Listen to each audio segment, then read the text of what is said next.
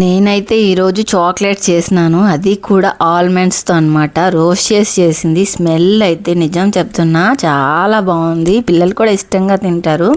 రెగ్యులర్గా కాదు, ఎప్పుడో ఒకసారి మనం మన పిల్లల కోసం మన చేతులారా చేసి పెడితే ఆ తృప్తి వేరు కదా. నేను కూడా చాక్లెట్స్ చేద్దామని dark compound, milk compound chocolates అయితే తీసుకున్నా. ఇంకా దాంతో అయితే ఫస్ట్ కునాఫా చాక్లెట్ చేసేసినాను. నెక్స్ట్ అయితే మా పిల్లల కోసం చాలా టేస్టీ, చాలా ఎమ్మీగా ఆల్మండ్స్తో అయితే చాక్లెట్స్ చేస్తున్నాను.